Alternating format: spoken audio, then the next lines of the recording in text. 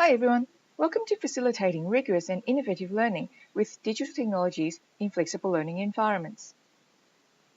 My name is Vivian Lau from Melbourne Girls Grammar, Victoria, Australia. I'm a Year 5 to 6 cross-curricular curriculum leader and also an upper primary teacher. Let me give you some background information about Melbourne Girls Grammar. Melbourne Girls Grammar is a medium-sized all-girls independent school founded in 1893. We have two campuses, Merton Hall and Morris Hall campus. We offer 4 different programs: early learning program for 3 and 4-year-olds, junior years program from preps to year 4, middle years program from years 5 to 8, senior years program from years 9 to 12. If you'd like to visit our website, please go to the link on the top right-hand corner.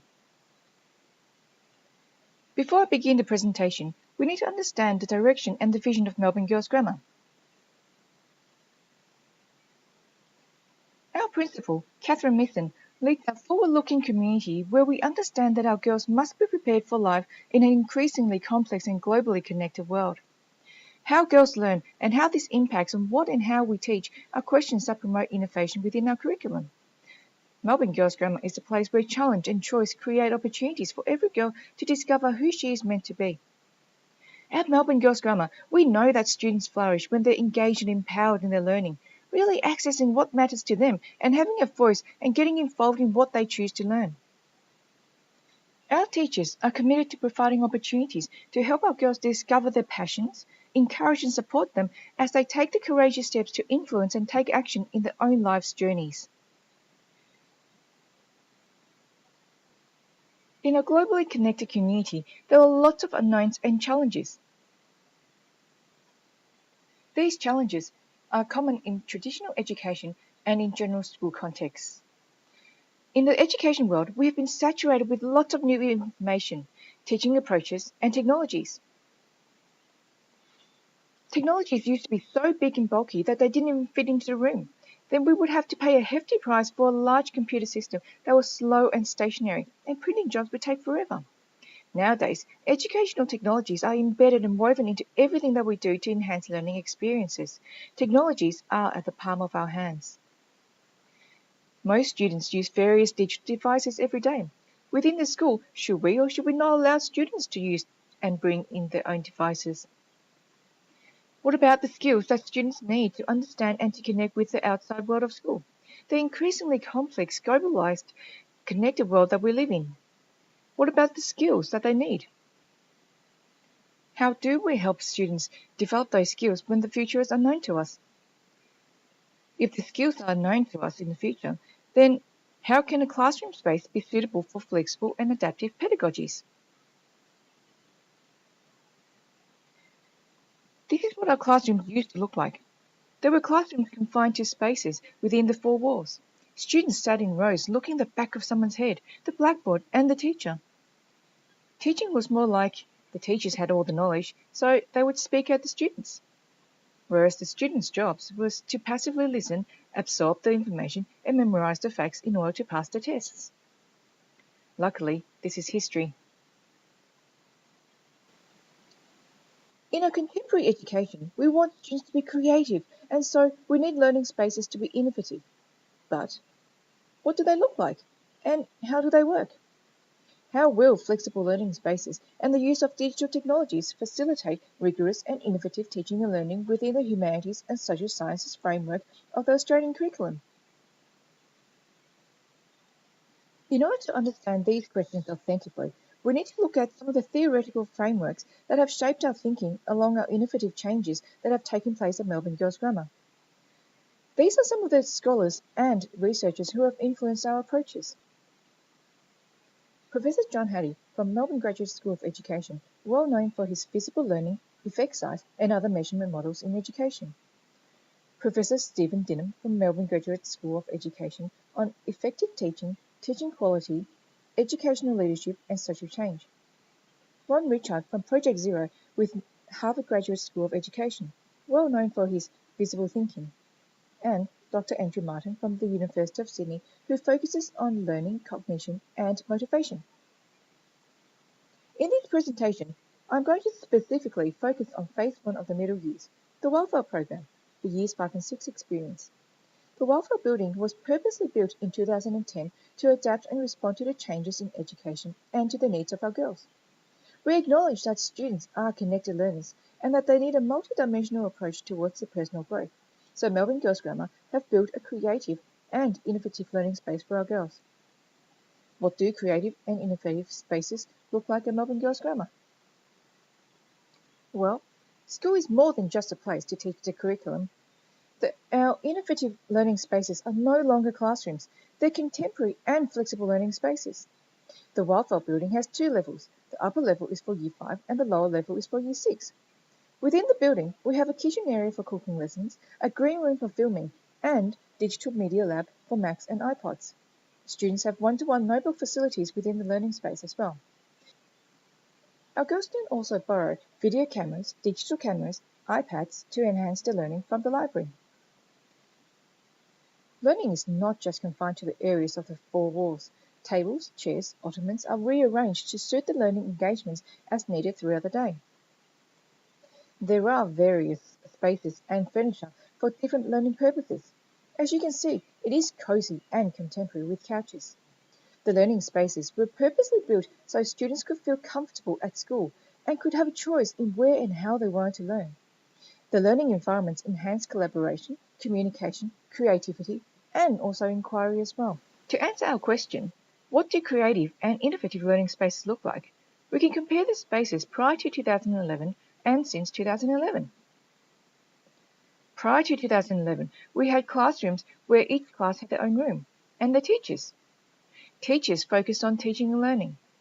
The standard furniture was mostly just rectangular tables with chairs. Teaching and learning were limited by the area of the classroom space. Most teachers had a teacher-centered pedagogy. Personalized learning was present, and technology was also used as well. Students were collaborative and creative. However, since 2011, there was a cultural shift towards contemporary education where we have flexible learning environments. Students in the same year level can be all together at the same time in the same learning space, or they can be split into different groups for different learning purposes. Students can also work and learn from more than one teacher at a time. Rather than just focusing on the teaching and learning, we now focus on the impact of the teaching and making learning feasible in a blended learning environment. As you saw in the previous photos, the furniture is of various shapes and sizes. They're not the standard rectangular ones, so we allow for more collaboration. Teaching and learning is now limited by the imagination of the teachers and students, and we encourage student voice. This means that students and teachers co-create the learning opportunities together. There are times when direct teaching is required, but we encourage students to direct their own learning and we support them in learning what matters to them. Digital technologies are now embedded into everyday use to enhance learning and also personalize learning as well. This has increased meaningful collaboration, communication, creativity amongst all the students, teachers, and within the wider community as well. After our cultural shift, we looked closely at how flexible learning spaces and the use of digital technologies facilitate rigorous and innovative teaching and learning within the Humanities and Social Sciences framework of the Australian curriculum. Let me give you a quick snapshot of the Humanities and Social Sciences framework of the Australian curriculum. This framework for Years 5 and 6, or 10 to 12-year-olds, consists of 4 different subject areas: history, geography, economics and business, and civics and citizenship. Within the Australian curriculum, there are general capabilities defined across all the 7 subject areas. These capabilities include literacy, numeracy, ICT, critical and creative thinking, personal and social capability, ethical understanding, and intercultural understanding. These capabilities encompass the knowledge, skills, behaviours, and dispositions that, together with the curriculum content and cross-curriculum priorities, will assist students to be successful learners, confident and creative individuals, and active and informed citizens. These are the skills that our learners need to live and work effectively in the 21st century. These are also the challenges that we have identified and face in our contemporary education system. As previously mentioned, the use of digital technologies and developing lifelong skills to prepare students for our increasingly complex and globalized connected world. How our girls learn and how this impacts on what and how we teach are the questions that promote innovation within our curriculum. So, how do we promote innovation within our curriculum? What and how do we teach? How do we use digital technologies to facilitate rigorous and innovative teaching and learning? Within our teaching and learning of different units of inquiries in the Humanities and Social Sciences curriculum, we have used different digital technologies such as, but not limited to the following: notebooks, iPads, cameras, learning management systems, OneNote, web-based programs, emails, websites, OneDrive, Dropbox, Microsoft Office, Google Apps for Education, BYOD. We have incorporated various teaching and learning approaches, such as Bloom's taxonomy, divergent thinking, inquiry-based learning, problem-based learning, challenge-based learning, personal interest projects, design thinking, and feasible thinking. Of course, with everything that we do, we take an evidence-based approach to understanding what and how students learn to guide our future directions. We have used different formative assessments, summative assessments, as well as teacher or class observations. What about the how? How will we know that the impact of flexible learning spaces and the use of digital technologies are facilitating rigorous and innovative teaching and learning within the curriculum? How do we combine all that we know together, and how do we prepare the students for a world that's increasingly complex and globally connected? It is not new to us that students are always connected with their mobile phones, iPads, iPods, and computers outside of school hours. However, we need our girls to be connected learners within the learning environment as well. Just like many schools from around the world, Melbourne Girls Grammar has also been flexible and responsive to our connected learners so they can use digital technologies in a safe school environment where we as educators can teach students digital citizenship and co-create learning opportunities to develop what I call the 4Cs plus 3. You may already know what the 4Cs are and how it plays out in the teaching and learning framework. These are critical thinking and problem solving, collaboration, communication, and creativity. But I'm going to also suggest that we need to leverage the 4Cs to help develop students' character, citizenship, and also a culture that supports instructional innovation. So, how did we implement all this? In each of our units, we explicitly taught ICT skills and capabilities, explicitly taught Bloom's taxonomy and other teaching and learning approaches, consistently displayed learning objectives and expectations in each lesson to create a feasible learning environment, regularly used feasible thinking routines as well as formative assessments such as feedback, and we had opportunities for inquiry and passion-based projects. Let's have a look at each one in a little bit more detail. Explicit teaching of ICT skills. Other than just using web-based programs and websites to enhance learning, each girl who enrolls at Melbourne Girls Grammar receives a school email account. In doing so, students learn to communicate effectively using online etiquettes. With this account, they can access the school's learning management system, where they can find their timetables, daily bulletin, messages, announcements, and work requirements. Our learning management system also has social features as well, such as forums, social streams, and blogs. It provides a safe environment where students can engage in synchronous and asynchronous conversations with their teachers and peers. It also provides an interactive, engaging environment where both students and teachers can organize all of their information. Learning is a social process.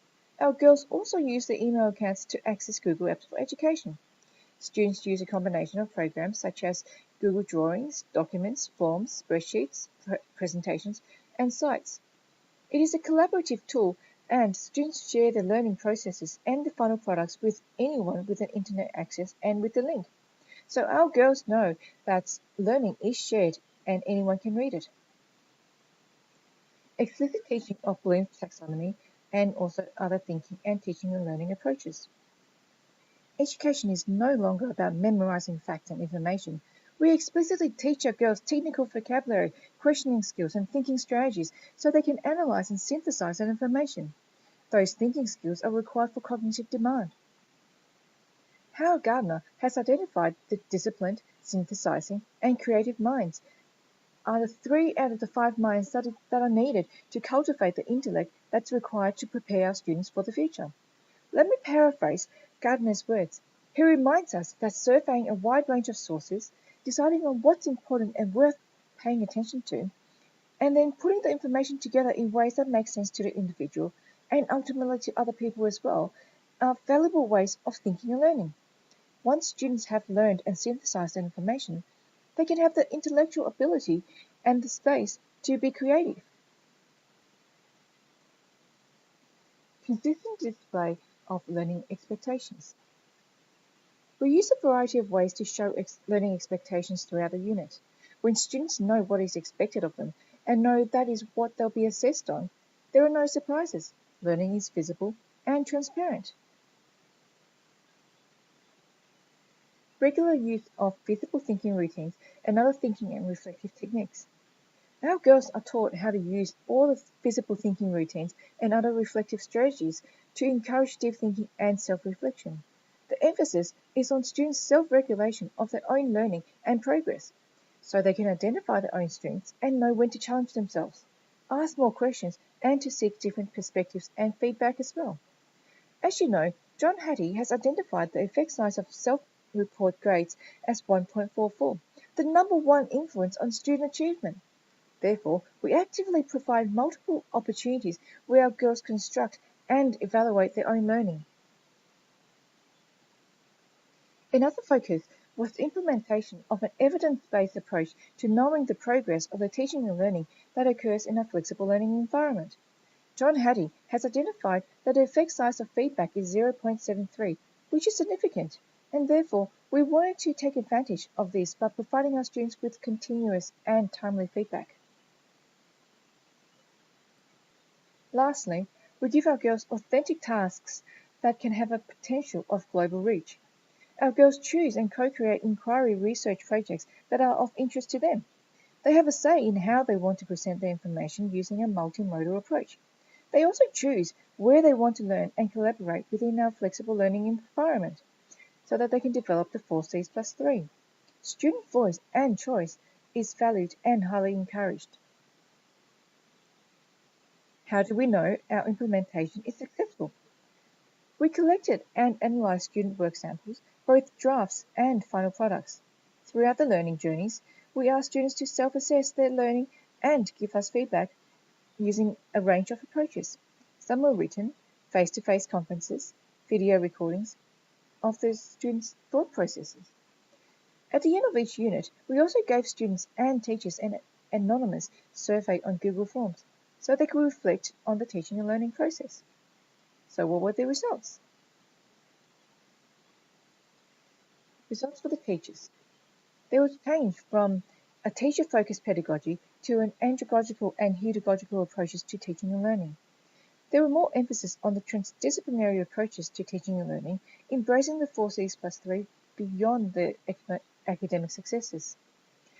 There's meaningful use of digital technologies to enhance teaching and learning, creative use of the flexible learning spaces for different learning purposes, and also the curriculum is rigorous, concept-based, and requires cognitive demand.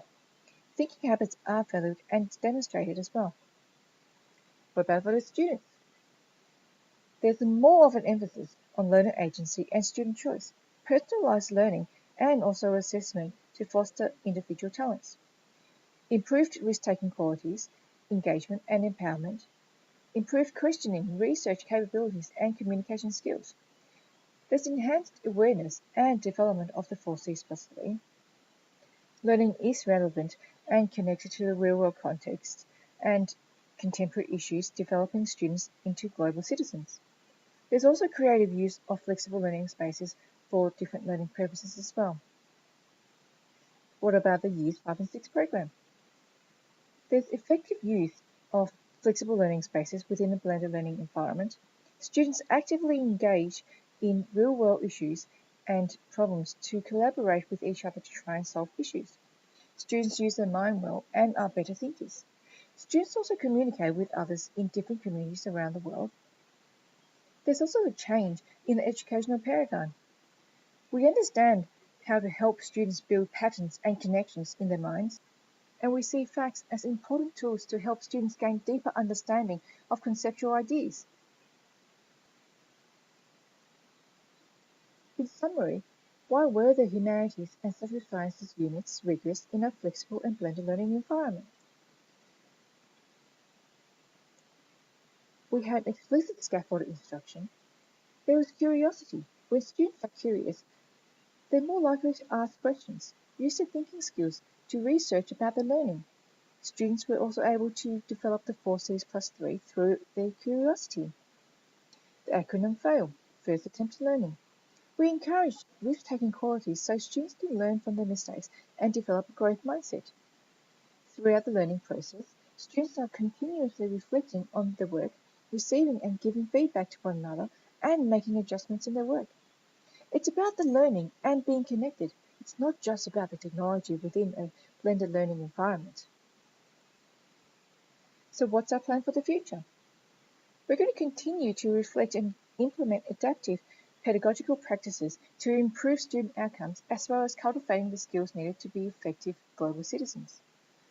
We're going to further complement our teaching and learning approaches to our unique flexible learning spaces and programs, build stronger networks with other schools and communities from around the world for authentic learning experiences, change and innovate with our learners to co-create the optimal contemporary education that is suitable for each of the cohort of our students.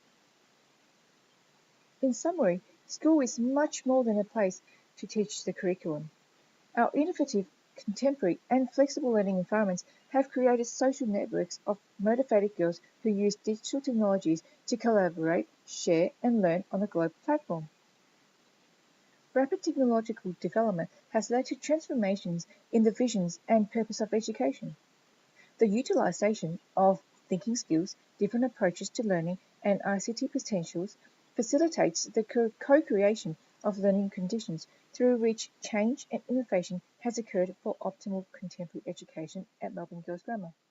It is a place where challenge and choice create opportunities. I invite you to take a look at the website and come and visit us next time you're in Melbourne. Thank you.